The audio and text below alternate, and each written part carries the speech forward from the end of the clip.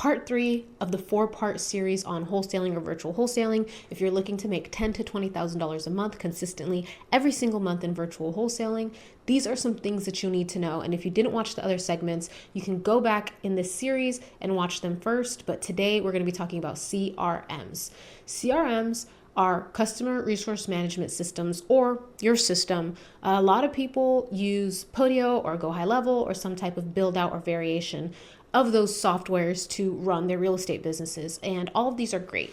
There's some really important things that you want to see in your CRM, and that's going to have the ability to automate tasks for you and to automate messages and to automate calls and to just be able to get your hands off of these things. Luckily, right now we're in the age of AI, so there's some awesome AI chatbots out there that can do a lot of this for you. One thing that's huge for us is when we do our inbound marketing, so when a lead comes in from TikTok or Facebook, we're able to immediately send them a text that greets them, gives them a calendar link to book a call with our sales team right away. So in those situations, those people are able to book a call right away. They're hearing from us right away. Even if these leads are coming in overnight, we're able to take advantage of our CRM because all of those automations are built out. And we have a chatbot on the back end if they decide to start texting us that'll pick up and go through all of the qualifications to make sure that this seller is a qualified, motivated seller. So the chatbot will figure out their motivation, see what condition the property is in, figure out their timeline.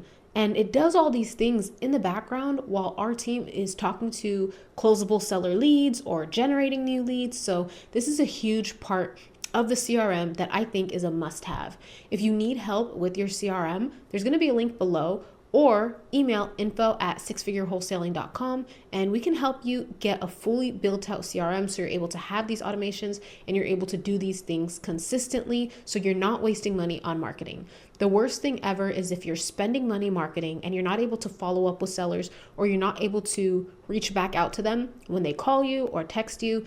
That time will always kill a deal. And speed to lead, or the quickness in which you're able to follow up or get back to a lead, is one of the most important factors to whether a deal is going to be a deal or not. With inbound marketing, it's not the same as outbound marketing, where it could take 6 months for a deal to finally become a deal. With inbound marketing, they want to sell today. They're filling out that form because they want to sell today. So it's super important to be very responsive and have these things set up in your CRM as automations so that they can hear from you, know who to reach out to. They didn't just fill out a form and now it's just out in the ether and they don't know who's going to call them or when. Having that immediate text, having a missed call text back system set up, having a chatbot set up, those things are crucial. And if you need help getting your Facebook and TikTok ads set up, your meta ads so people can see your ads scrolling on Instagram, be filling out your forms all day and all night, there's going to be a link, waveofleads.com. Go ahead and go there, book a strategy call, and someone will see if they can help you figure out your strategy for inbound marketing.